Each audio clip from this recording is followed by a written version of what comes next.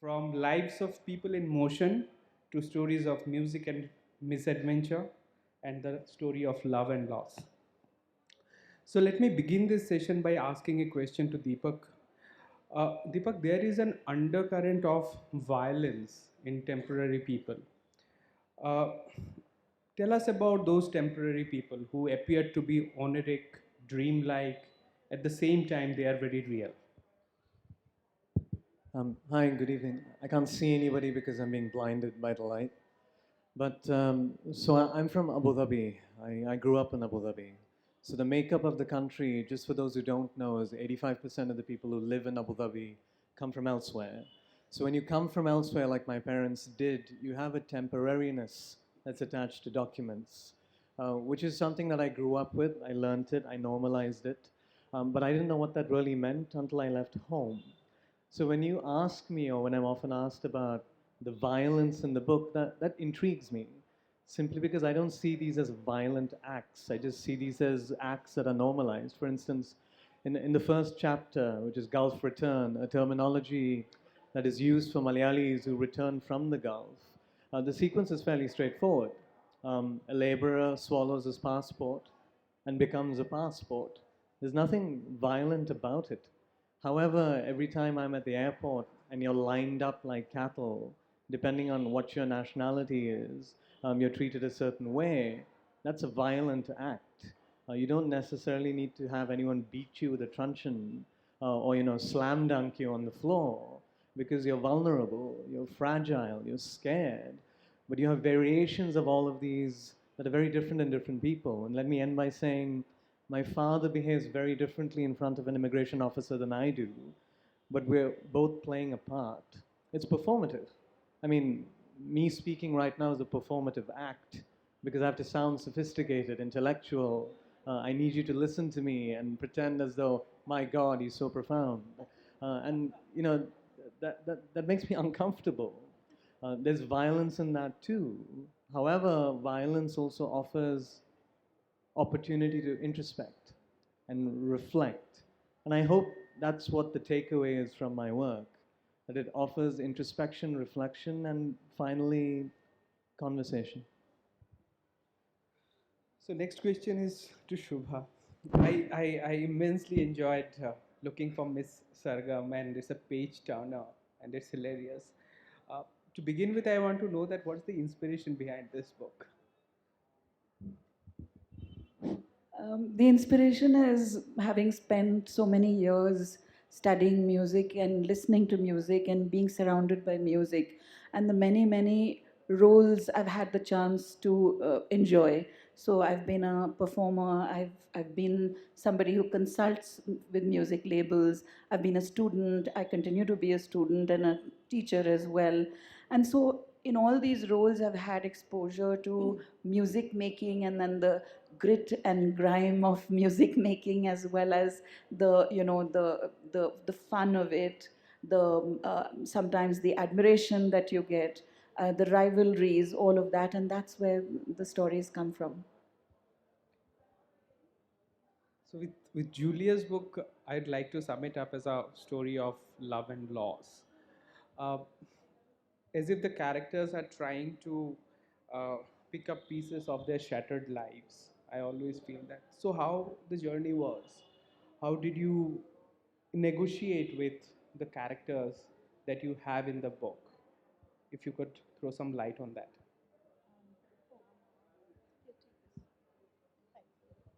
Um, First of all, I just want to say this is thank you to Shani Anthony and to the festival team for having me. I haven't been to India before. I live in Australia, so thank you. It's a real pleasure to be here. In terms of engaging with the characters,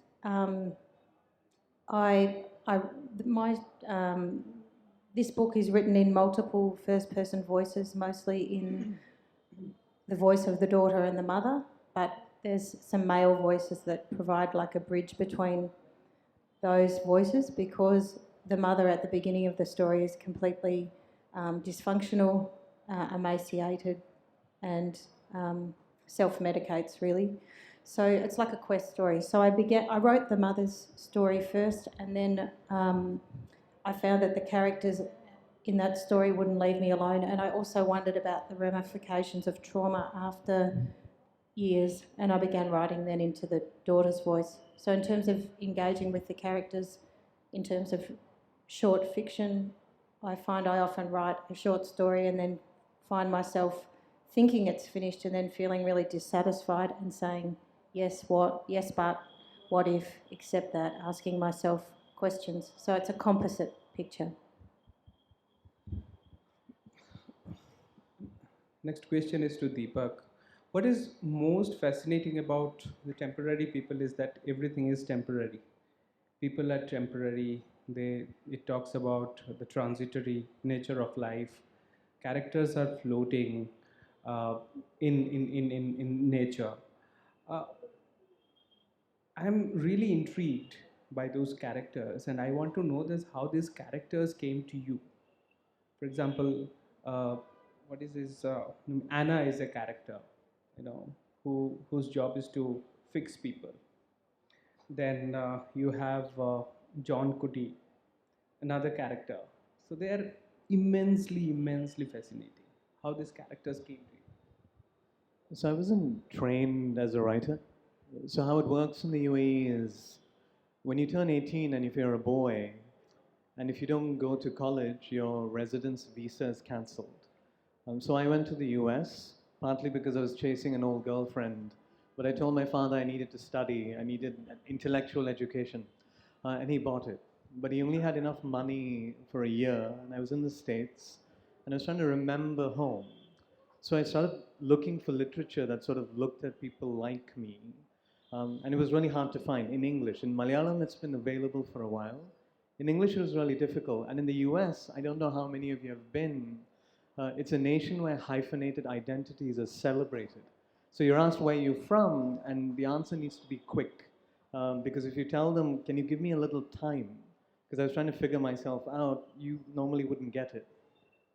And so I started writing to sort of remember language. My parents speak Malayalam.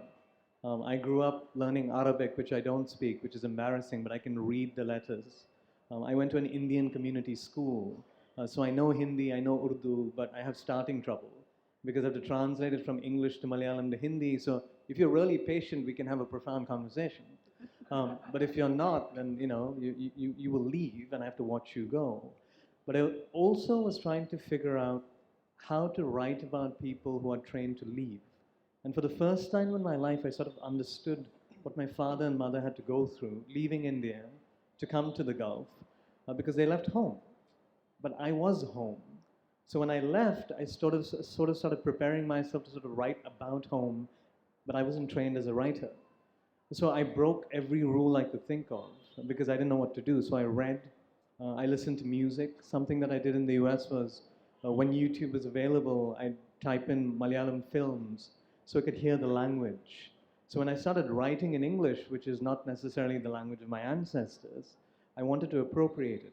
But I wanted to infuse it with Malayalam, infuse it with Arabic, infuse it with Hindi, but I didn't know how to do that.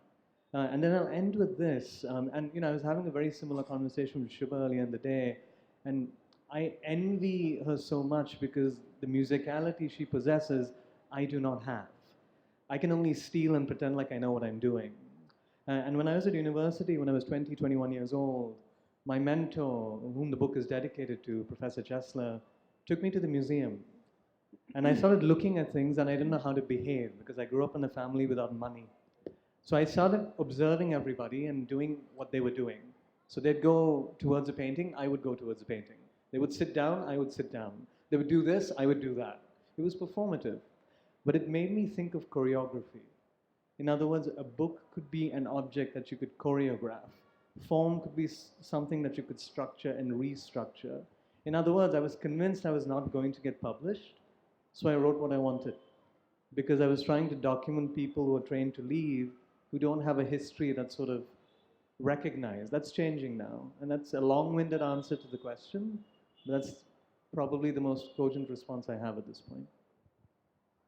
So we'll talk about language and also we'll talk about music. Shubha, I'm tempted to ask this question that the characters you created in the book, they have resemblance of the real characters. So I'd like to know that how much of it is real and how much of it is fictional. I'm getting worried now. It is total fiction. There's nothing real about it. But no, what I've tried to do is to look at characters who would be able to um, move with the narrative and would help the narrative move.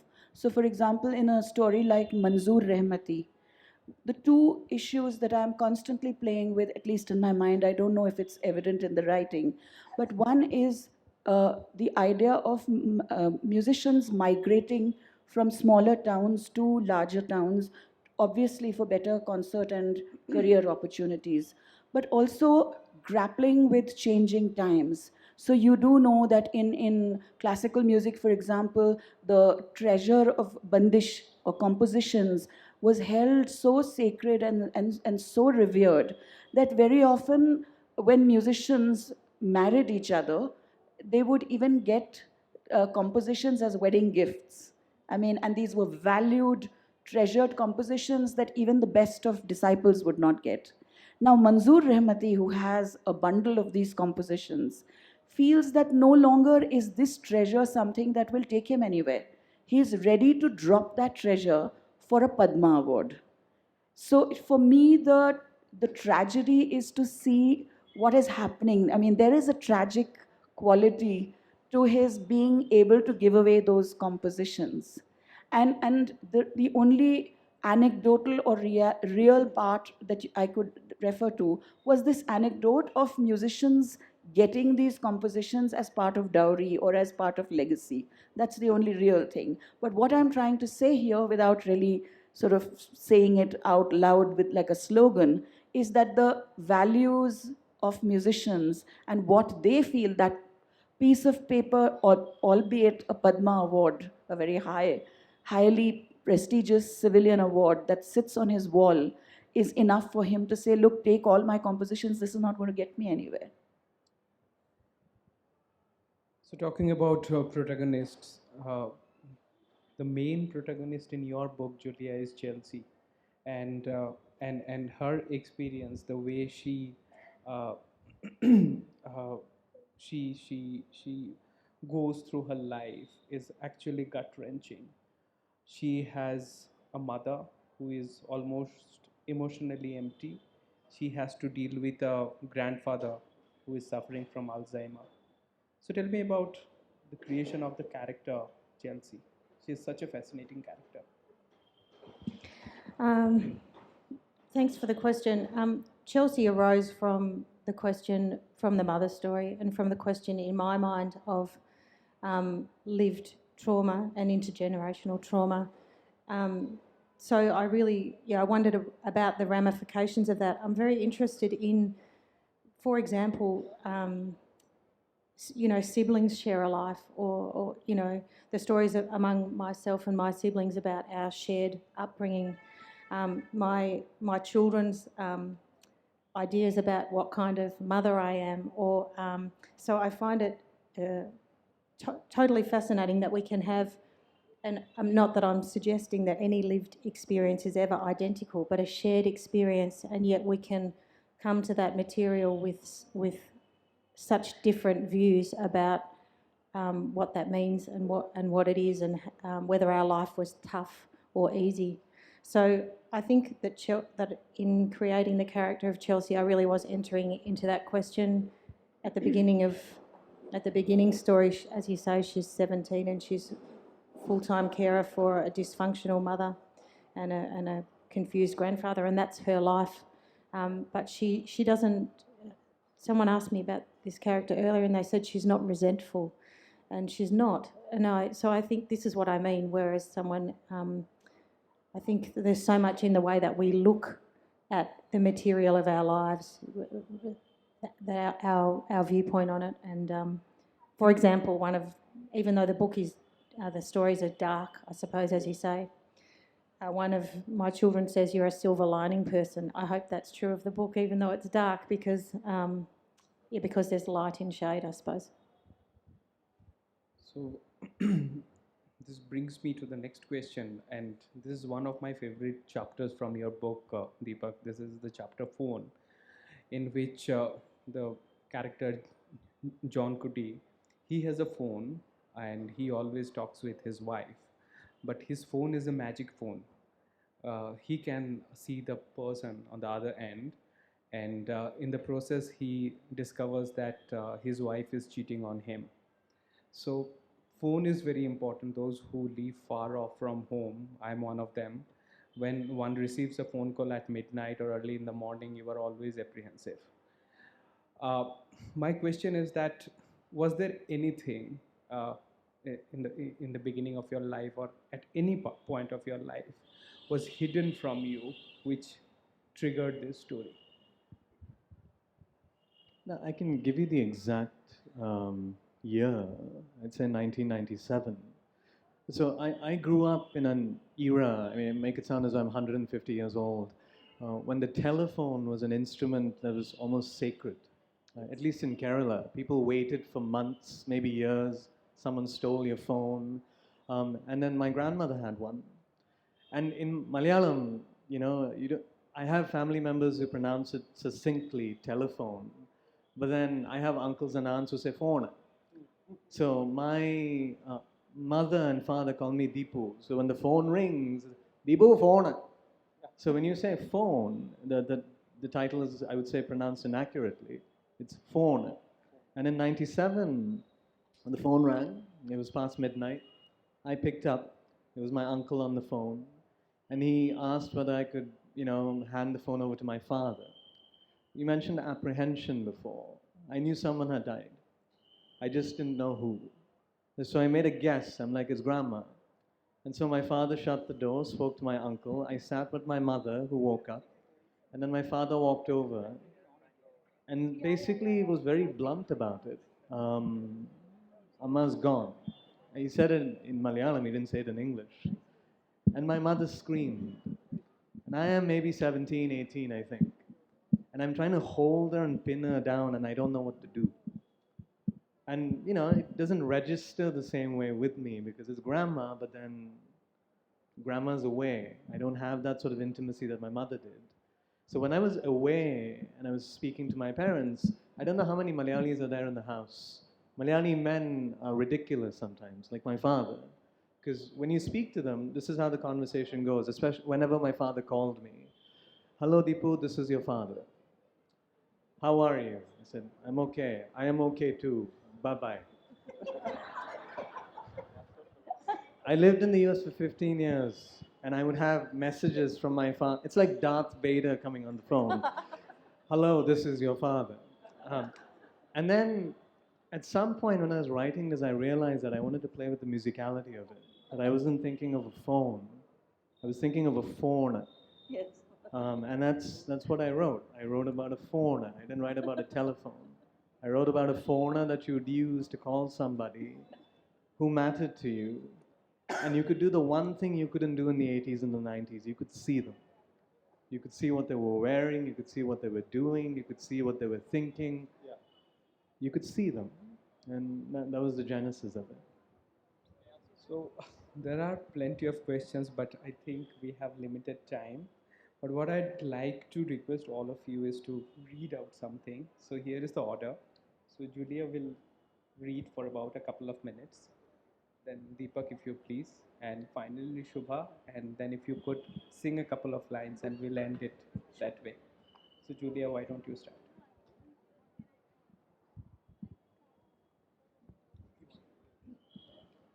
I'm glad that that you're at the end because I heard Shubha sing this morning, and if you sing, nobody's going to care. I don't think what anyone else has to say. Would you please cut me off at 2 minutes? Yeah. Thanks.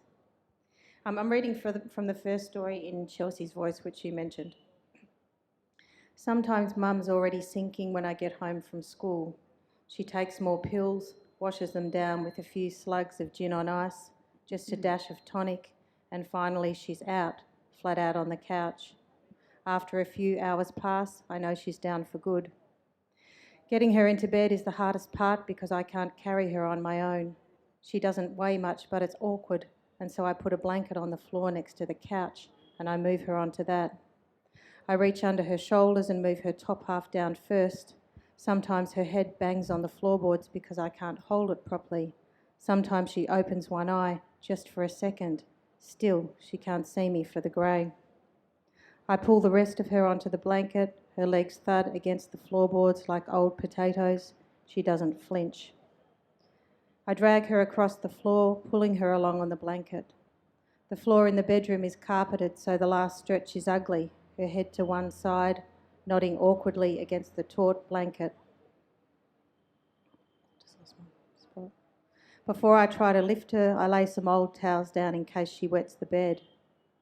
If Grandad is in a decent mood, he helps me. We usually get Mum in after a few attempts.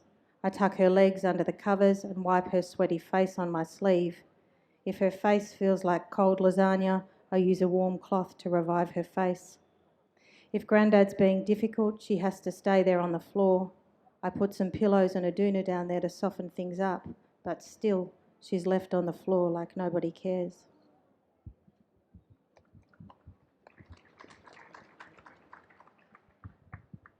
Okay, since I talked about phone, I'll read that. The only thing you need to know is Kadakaran means shopkeeper and Kada means shop. This is for my father. Phone. Near Javasar Road, there used to be an ordinary looking Kadakaran who owned a little Kada. In the back, where he kept the surplus basmati rice, the colas, the cooking oil, and the hardcore porn, was what some customers sought him out for, a phone. The device resembled a rotary phone, but it wasn't a phone, it was a phone. The phone did the one thing you would expect a phone to do. It could make calls. However, it couldn't receive any. The phone's main purpose was teleportation. A man could use the phone to talk to his wife, and as his wife cried softly into the neighbor's phone, her husband would hover over her like a giant bee, seeing his wife cry like that, feeling satisfied that his wife could cry like that, content that he could see her cry like that, even though she wouldn't be able to see him or even know that he was there, so close he could see the dirt on the back of her neck. And he was so happy he could see her cry like that. Or a woman could be speaking to her daughter, a daughter who hasn't learned to form words yet, but is instead biting the phone like it's meant to be bitten, drooling into it as her father steadies her wobbling body, coaxing her to talk, to speak, pleading with her to perform something worthy for her mother. And the woman sees all of this, her husband encouraging their child to say something, anything, as long as it's a word, any word. It didn't matter as long as it was a word. Or the phone simply rang and no one picked up, even though the phone caller was in a state of bliss, itching to tell someone that he had been promoted, that he was happy, that he needed to tell people he was happy, to feel happy, that he needed to see people pretending to be happy in order to be happy. So the phone had its uses, but its usage was regulated by the Kadakaran. Okay, there might be. So you have about 3 minutes.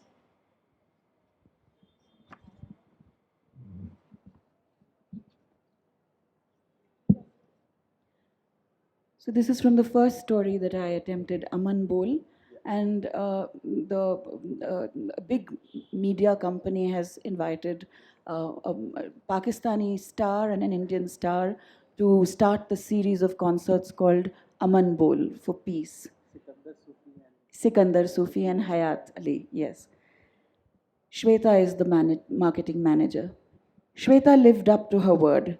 From billboards to full-page ads, from outdoor hoardings at Mumbai's airport and major railway stations to banners on buses and taxis, all you could see was Sikandar and Hayat's faces. Sikandar's just a little larger, smiling down at the city from under a typographic canopy made of the words Aman Bol in English, Hindi and Urdu.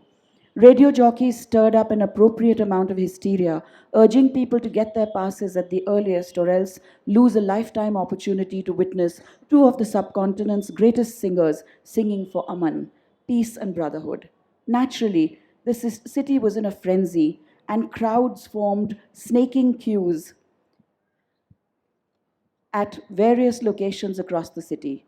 Shweta instructed her PR team to shoot some videos of the queues and do interviews with assorted invitation seekers. Don't just go for the pretty young things, okay? She instructed her team. Get a good variety, some auntie types, some gymmed out types, some rich brats, and some, hopeless bichara types. I want a nice variety, huh? Following Shweta's orders to the last letter, the Media Minds PR team churned out a series of short videos. One featured a young mother in canary yellow shorts and frothy lace top, streaked hair bunched up in a top knot, secured with a blinged out hair grip, a dot of sindoor in the parting of her hair, feet smothered in toe rings and encased in black flip flops with bright yellow smileys printed all over them. She held her little daughter, who appeared to be about 4 years old, and was outfitted to match her mother's attire. Mama gushed without pausing to breathe.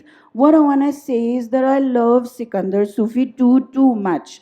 Means I'm his biggest fan, I think, and me and my baby and her daddy, we just have to get passes for this concert, or I will to die. In another video, a bunch of gymmed out men of North Indian origin posed for the camera in t-shirts so tight their nipples threatened to pierce through the fabric. One of them declared matter-of-factly, "पास तो भाई लेके ही जाएंगे आज, वरना दंगा हो जाएगा। Girlfriend को प्रॉमिस दिया है कि शो से पक्का दिखलाऊंगा, तो इज्जत का सवाल है ना? समझे आप? We're not leaving until we've got a pass, brother, or there'll be a riot. I promised my girlfriend I'll take her to this show, so it's a question of honor. Get it?" Thank you so much, and it's a humble request if you could sing a couple of lines for all of us. Well, this is a song that was written by Sahir Ludhianvi many years ago, and it's something that I've loved. I'd like to share a few lines with you. आओ के कोई ख्वाब बुने कल के वास्ते, आओ के कोई ख्वाब बुने कल के वास्ते, वरना ये रात आज के संगीन दौर की डस लेगी जानो दिल को, कुछ ऐसे के जानो दिल ताउम्र फिर न कोई हंसी ख्वाब दिन सके, आओ के कोई ख्वाब बुने कल के वास्ते.